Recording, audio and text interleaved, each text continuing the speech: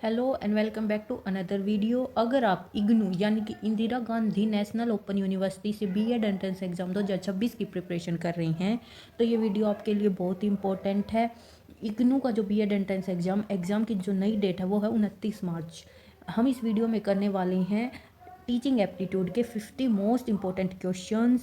यानी कि आपके पास समय है अभी थोड़ा और आप तैयारी को अच्छे से कर सकते हैं। मॉक टेस्ट लगाइए, क्वेश्चंस प्रिपेयर कीजिए। अगर आप सच में बीएड एंट्रेंस 2026 क्लियर करना चाहते हैं तो इस वीडियो को एंड तक ज़रूर देखिए। लास्ट मिनट प्रिपरेशन बहुत हेल्पफुल होती है। तो चलिए स्टार्ट करते हैं आज के क्वेश्चंस, 50 मोस्ट इंपॉर्टेंट क्वेश्चंस, जिसके अंदर हमारा फर्स्ट क्वेश्चन है the primary objective of teaching is to. Teaching का जो मुख्य उद्देश्य है स्टूडेंट का ओवरऑल डेवलपमेंट करना है, थिंकिंग स्किल्स, पर्सनैलिटी को डेवलप करना। सिलेबस कंप्लीट करना जरूरी नहीं है, ये फाइनल एम नहीं होता। Develop student thinking and personality, correct control classroom discipline, ये लिमिट करता है। प्रिपेयर स्टूडेंट ओनली जो आता है ना वो नेगेटिव में चला जाएगा। जहाँ पर क्वेश्चन में नोट है तो वहाँ पे ओनली वाला क्वेश्चन का आंसर होना बहुत ही मतलब चांसेज हो जाते हैं। लेकिन अगर पॉजिटिव वे में क्वेश्चन है तो ओनली नेगेटिव सेंस में जाता है, ये ऑप्शन कभी नहीं होगा। आप क्वेश्चंस को ना एलिमिनेशन मेथड करके भी सोल्व कर सकते हो। अगर आपको डायरेक्ट क्वेश्चन नहीं आता तो आप ऑप्शंस देखिए, 3 ऑप्शंस को एलिमिनेट कर एक ऑप्शन चूज कर सकते हैं। उसके बाद question second, which quality is most essential for an effective teacher. जो इफेक्टिव टीचर के पास सब्जेक्ट नॉलेज प्लस स्टूडेंट को समझने की एबिलिटी दोनों होनी चाहिए। स्ट्रिक्ट बिहेवियर लर्निंग को कम करता है। Subject knowledge with empathy correct है। हाई एकेडमिक डिग्री ओनली बिल्कुल गलत है। लाउड वॉइस ये भी गलत है, तो ऑप्शन भी करेक्ट हो जाएगा। उसके बाद question number third, the increase student to ask questions in classroom helps. Question पूछने से जो स्टूडेंट की क्यूरियोसिटी और एनालिटिकल थिंकिंग डेवलप होती है। टाइम वेस्ट नहीं होता अगर क्वेश्चन मीनिंगफुल है। फर्स्ट ऑप्शन आउट हो गया। इंक्रीज इन डिसिप्लिन से ख़राब नहीं करते, ये भी आउट ऑफ हो गया। क्रिटिकल थिंकिंग डेवलप होती है, बिल्कुल ठीक। Promote curiosity and critical thinking, syllabus के जो कवरेज को रिड्यूस करता है, गलत। ऑप्शन सी करेक्ट हो जाएगा। Which teaching method is best for developing problems ability. जो प्रॉब्लम सॉल्विंग मेथड है स्टूडेंट को लॉजिकल थिंकिंग और एनालिसिस को सिखाता है, इसीलिए जो लेक्चर मेथड है वो पैसिव होता है। डिक्टेशन मतलब पढ़े हुए को ऐसे ही मतलब लिखे हुए को पढ़ना, ये बिल्कुल गलत है। प्रॉब्लम सॉल्विंग मेथड करेक्ट है। उसके बाद question number fifth, democratic classroom environment means. Democratic जो क्लासरूम है टीचर और स्टूडेंट दोनों को इंटरेक्शन इन्वॉल्व करता है। टीचर डोमिनेंस डेमोक्रेटिक में होगा, बिल्कुल गलत। टीचर का कंट्रोल नहीं होगा। स्टूडेंट चुप रहेंगे, ये भी नहीं हो सकता। स्टूडेंट पार्टिसिपेट करेगा एक्टिवली इन लर्निंग, करेक्ट है। ओनली वाला नेगेटिव सेंस में जाएगा। Continuous and comprehensive evaluation, CCE mainly focus करता है एनुअल एग्जाम्स पर, बिल्कुल नहीं। ईयर राउंड स्टूडेंट इवेल्युएशन पर ठीक लगता है। मेमोराइजेशन टेस्टिंग गलत। रिड्यूसिंग एग्जाम बिल्कुल गलत। ये जो हमारा CC है उसका उद्देश्य होता है कंटिन्यूअस असेसमेंट ऑफ लर्निंग, ठीक है। तो कंटिन्यूअस इवेल्युएशन लर्निंग को इम्प्रूवमेंट के लिए होता है। हमारा बी ऑप्शन है वो करेक्ट होगा। उसके बाद question number seventh, a good teacher should treat students. बच्चों को किस तरह ट्रीट कर सकता है। अकॉर्डिंग टू मार्क्स बिल्कुल नहीं। अकॉर्डिंग टू बैकग्राउंड बिल्कुल नहीं। फेयर एंड इक्वल, जो एक अच्छा टीचर है वो स्टूडेंट को फेयर एंड इक्वल ट्रीट करेगा, ना कि उसके बिहेवियर मार्क्स बैकग्राउंड के हिसाब से। उसके बाद है if student fail to understand a topic teacher should. अगर एक बच्चा टॉपिक को समझ नहीं पाता तो टीचर को क्या करना चाहिए। अगर स्टूडेंट समझ नहीं रहा तो टीचर को मेथड चेंज करना चाहिए, ना कि उसको पनिशमेंट करना चाहिए, इग्नोर करना चाहिए।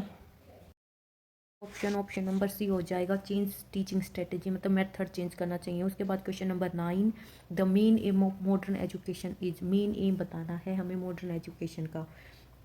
जो हमारी मॉडर्न एजुकेशन है उसके अंदर इंटेलेक्चुअल, इमोशनल और सोशल डेवलपमेंट पर फोकस किया गया है। बच्चे का होलिस्टिक डेवलपमेंट है, बहुत ही ज़रूरी है। एग्जाम में सक्सेस केवल एक ये ज़रूरी नहीं है। मेमोराइजेशन, इन्फॉर्मेशन, कंप्लीटिंग सिलेबस, ये तीनों चीज़ें होनी चाहिए। इनके साथ साथ बच्चे का 360 होलिस्टिक डेवलपमेंट होना बहुत ही ज़रूरी है। उसके बाद creativity among student can be best by promoted, किसको प्रमोट करके हो सकती है। जो ओपन क्वेश्चंस हैं स्टूडेंट को क्रिएटिव थिंकिंग के लिए इंकरेज करते हैं। ऑप्शन बी करेक्ट हो जाएगा। लोड लर्निंग मतलब रट्टाफिकेशन, पढ़े हुए को लिखे हुए को पढ़ना, नोट कॉपिंग करना, ऐसी कोई भी क्रिएटिव नहीं होती। उसके बाद है 11 question, the learner centred education, the teacher act as a. Learner centred education के अंदर जो टीचर है वो गाइड है, फैसिलिटेटर है, मोटिवेटर है, मेंटोर है, ना कि कोई कंट्रोलर, एग्जामिनर, लेक्चरार नहीं है, बल्कि फैसिलिटेटर है। ऑप्शन बी करेक्ट हो जाएगा।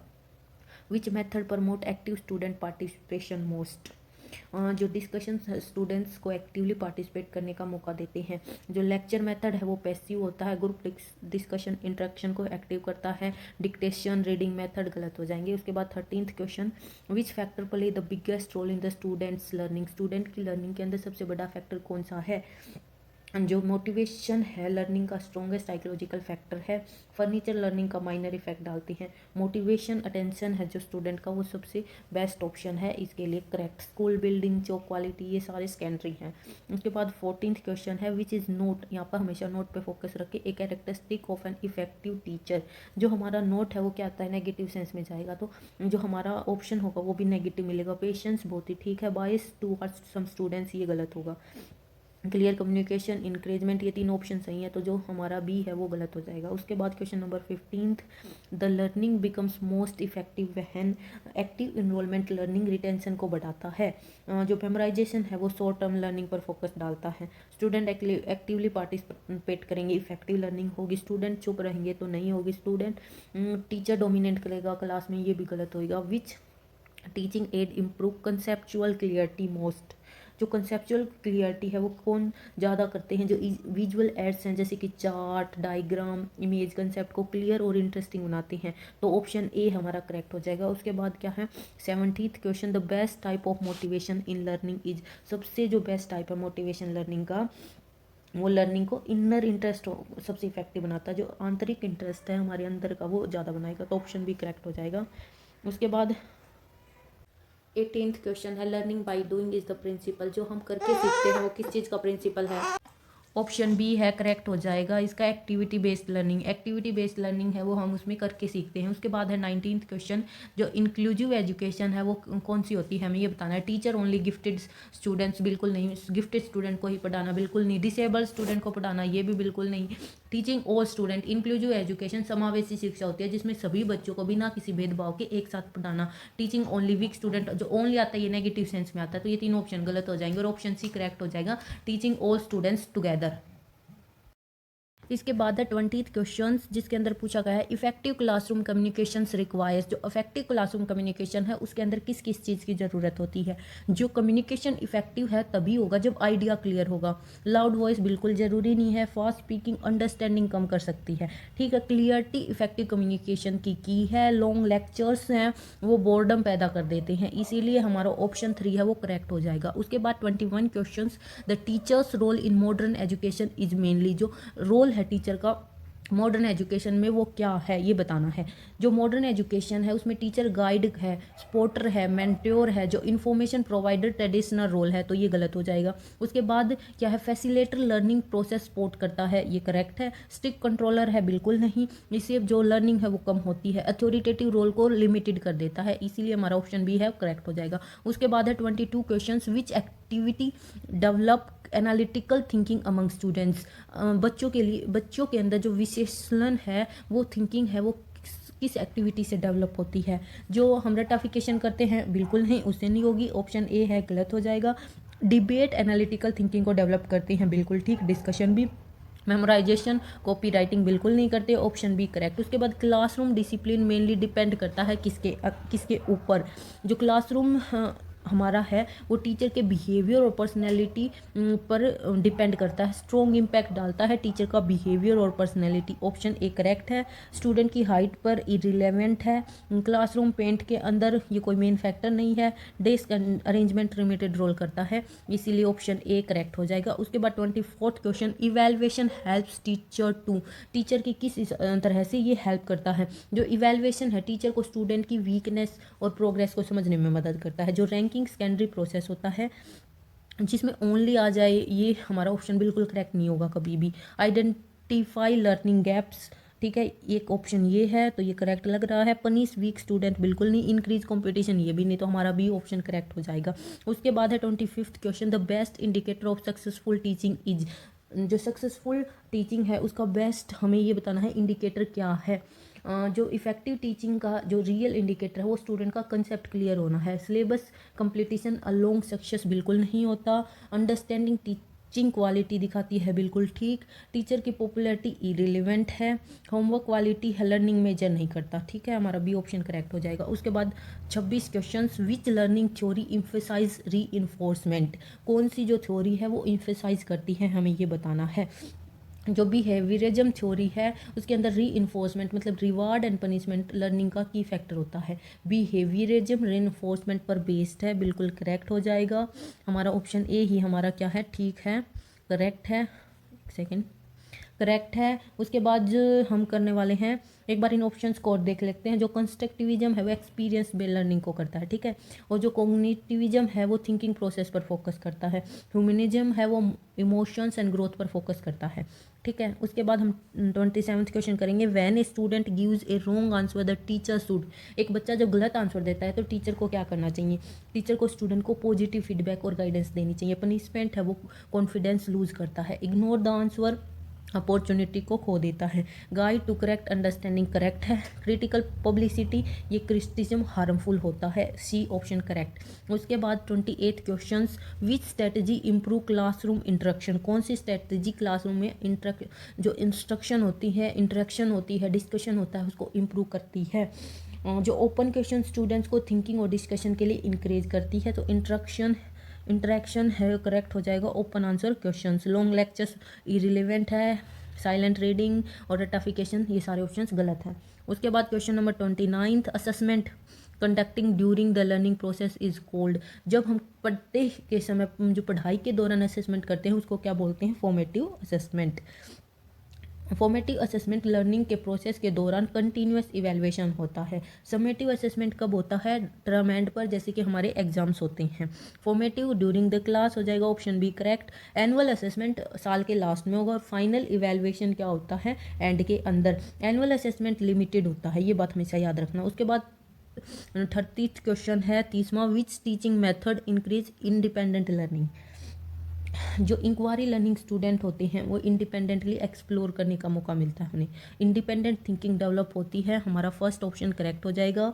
लेक्चर मेथड है वो लर्निंग करते हैं और ये मेमोराइजेशन करता है, तो ये ऑप्शंस तीनों गलत हो जाएंगे। ए हमारा इंक्वायरी बेस्ड लर्निंग करेक्ट है। उसके बाद 31, mutual respect in classroom helps to, mutual respect class के अंदर किसकी हेल्प करती है। म्यूचुअल रिस्पेक्ट क्लासरूम इन्वायरमेंट को पॉजिटिव और डिसिप्लिन बनाता है, लर्निंग रिड्यूस नहीं करता, बिल्कुल गलत। मेंटेन डिसिप्लिन, हमारा ऑप्शन बी करेक्ट हो जाएगा, डिसिप्लिन को मेंटेन करना। उसके बाद है which skill is most important for teachers, ये जो क्वेश्चंस हैं बिल्कुल एग्जाम के टू द पॉइंट हैं। PYQ से उठा के हमने ये सीरीज बनाई है, तो वीडियो को लाइक कर दीजिए। Which skill is most important for teacher, teacher के लिए सबसे ज़्यादा इम्पोर्टेंट जो सी भी स्किल है वो कौन सी होगी, सबसे ज़्यादा इम्पोर्टेंट है कम्युनिकेशन स्किल। किसी भी टीचर की अगर कम्युनिकेशन स्किल वीक है ना, तो बेशक कितनी भी उसको सब्जेक्ट की नॉलेज हो, कितनी भी अच्छी पर्सनैलिटी हो, बिहेवियर हो, उसका अच्छा इम्पैक्ट नहीं पड़ेगा स्टूडेंट्स के ऊपर। इसीलिए कम्युनिकेशन स्किल है वो बहुत ही इंपॉर्टेंट है। ड्राइंग, सिंगिंग, एक्टिंग स्किल, इनका कोई लेना देना नहीं होता टीचर से। उसके बाद effective teaching requires, effective teaching के लिए क्या क्या चीज़ें ज़रूरी हैं, हमें ये बताना। इफ़ेक्टिव टीचिंग के लिए लेसन प्लान बहुत ही ज़रूरी है, इसीलिए हमारा option a planning and preparation he correct हो जाएगा। रैंडम टीचिंग इनइफेक्टिव होती है, केवल टेक्स्ट बुक रीडिंग है वो बिल्कुल सफिशिएंट नहीं होती, और स्ट्रिक्ट डिसिप्लिन बच्चों को लर्निंग के लिए रोकता है। उसके बाद 34th question, which teacher behaviour encourage learning most, friendly teacher student को कंफर्टेबल और मोटिवेटेड बनाते हैं, जो पॉजिटिव रिलेशनशिप लर्निंग को बढ़ाता है, ठीक है। उसके बाद जो स्ट्रिक्ट पनिशमेंट है वो बच्चों के अंदर फियर लेके आता है, इग्नोरिंग स्टूडेंट्स को नेगेटिव इम्पैक्ट डालता है, और डोमिनेटिंग क्लास इंटरेक्शन कम करता है, तो ऑप्शन ए करेक्ट हो जाएगा। उसके बाद है 35th question, which teaching method promote team work, कौन सा टीचिंग मेथड प्रमोट करता है टीम वर्क को, जो ग्रुप डिस्कशन है टीम वर्क को, कोलैबोरेशन को डेवलप करता है। लेक्चर इंडिविजुअली इंक्रीज करता है, ग्रुप डिस्कशन है प्रमोट करेगा टीम वर्क को, मेमोराइजेशन रीडिंग ये बिल्कुल नहीं करेगा। उसके बाद है 36th question, creativity in classroom can be develop through, किसके द्वारा होती है, तब बढ़ती है जब स्टूडेंट को डिफरेंट आइडियाज़ एक्सप्लोर करने का मौका मिलता है। मिक्स्ड आंसर क्रिएटिविटी को लिमिट कर देते हैं। ठीक है। मल्टीपल सॉल्यूशंस क्रिएटिविटी थिंकिंग को बढ़ाते हैं। मेमोराइजेशन है रिड्यूस करेगा, और मैकेनिकल लर्निंग को डिक्टेशंस इंक्रीज करता है। उसके बाद 37वां question, intrinsic motivation refers to. जो इंट्रिंसिक मोटिवेशन लर्निंग के लिए इंटरनल इंटरेस्ट होता है, रिवार्ड क्या होते हैं, एक्सटर्नल होगा, इंटरनल डिजायर होगी, ये क्या होगा, intrinsic motivation. Fear based motivation है, ये भी एक्सटर्नल है। कंपटीशन बेस्ड मोटिवेशन, ये भी एक्सटर्नल है। ये तीनों क्या है, एक्सटर्नल। बी ऑप्शन हमारा इंटरनल है, इंट्रिंसिक मोटिवेशन। उसके बाद 38वां क्वेश्चन है, मीनिंगफुल लर्निंग अक्कर्स कब होती है, हमें ये बताना है। जब मीनिंगफुल लर्निंग तब होगी जब स्टूडेंट्स न्यू नॉलेज को रियल लाइफ में रिलेट करेंगे। जो मेमोराइजेशन है वो स्टडी को, लर्निंग को स्लो करती है। स्टूडेंट रिलेट करेंगे आइडियाज़ को एक्सपीरियंस के साथ, तब लर्निंग मीनिंगफुल होगी। स्टूडेंट कॉपी करेंगे नोट्स को, बिल्कुल नहीं होगी। स्टूडेंट रिपीट करेंगे आंसर को, तो बिल्कुल भी नहीं होगी। ये सारे रिस्ट्रिक्ट करते हैं, रोकते हैं लर्निंग को। उसके बाद 39वां क्वेश्चन है, स्टूडेंट अटेंशन इंक्रीज, कब अटेंशन इंक्रीज होगी स्टूडेंट्स की, हमें ये बताना है। जो इंटरेस्ट है स्टूडेंट का, अटेंशन का मेजर फैक्टर है। जो इंटरेस्टिंग टॉपिक्स हैं वो अटेंशन को इंक्रीज करते हैं। हमारा ए ऑप्शन ही करेक्ट हो जाएगा। जो टीचर स्पीक करते हैं लाउडली, उसे लर्निंग कम होगी। क्लासरूम बिल्कुल साइलेंट होगा तो भी लर्निंग कम होगी। अगर कॉपी करेंगे तो बिल्कुल ही कम होगी। उसके बाद है, which method promotes active learning most. Option A question answer method, lecture method, dictation method and reading method. जो क्वेश्चन आंसर मेथड है वो मोस्ट एक्टिव इंगेजिंग मेथड होता है, जिसके अंदर इंटरेक्शन और थिंकिंग बहुत ज़्यादा बढ़ती है, तो हमारा ऑप्शन ए है वो बिल्कुल करेक्ट हो जाएगा। लेक्चर है वो पैसिव लर्निंग होती है, जो डिक्टेशन पार्टिसिपेशन को कम करता है, और रीडिंग मेथड लिमिटेड इंटरेक्शन देता है।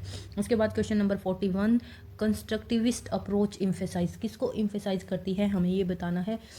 जो कंस्ट्रक्टिविज्म में लर्निंग एक्सपीरियंस और इंटरेक्शन बहुत ज़्यादा होती है, टीचर इंस्ट्रक्शन है वो लिमिट करती है इस रोल को, तो ऑप्शन ए गलत हो जाएगा। उसके बाद है, student experience in learning, correct है। जो एक्सपीरियंस है नॉलेज को कंस्ट्रक्ट करता है। मेमोराइजेशन है वो डिक्रीज करती है। टेक्स्ट बुक लर्निंग इनसुफिशियंट है, तो ऑप्शन बी करेक्ट हो जाएगा। उसके बाद question number 42, A disruptive students should be handled by, कैसे हैंडल करना चाहिए। जो बिहेवियर है डिस्ट्रप्टिव, उसका रीजन होता है गाइडेंस का बेस्ट अप्रोच नहीं होना, ठीक है। इसीलिए अगर हमें जो डिस्ट्रप्टिव बिहेवियर का रीजन समझकर अच्छी गाइडेंस दें, अच्छा अप्रोच दें, पनिशमेंट प्रॉब्लम को बढ़ाता है, गाइडेंस बिहेवियर को इम्प्रूव करेगा, इसलिए ऑप्शन बी करेक्ट हो जाएगा। इग्नोरिंग है प्रॉब्लम सॉल्व नहीं कर सकता, क्लास से निकलना एक्सट्रीम स्टेप है, तो बी ऑप्शन करेक्ट है। 43 question, which factor improve long term retention, सबसे ज़्यादा लॉन्ग टर्म रिटेंशन है वो कौन सा फैक्टर इम्प्रूव करता है।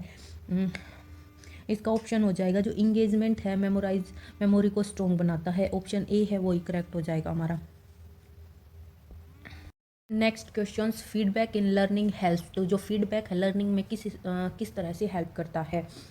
तो ये जो फीडबैक है वो लर्निंग को बहुत ही इंपॉर्टेंट हिस्सा है। फीडबैक स्टूडेंट को इम्प्रूव करने का डायरेक्शन देता है, improve learning performance, option B correct हो जाएगा। उसके बाद है, which classroom activity promotes critical thinking, कौन सी एक्टिविटी है, डिबेट, बिल्कुल सही है। डिक्टेशन सिर्फ मतलब देख कर पढ़ना होता है, ये बिल्कुल नहीं होगी।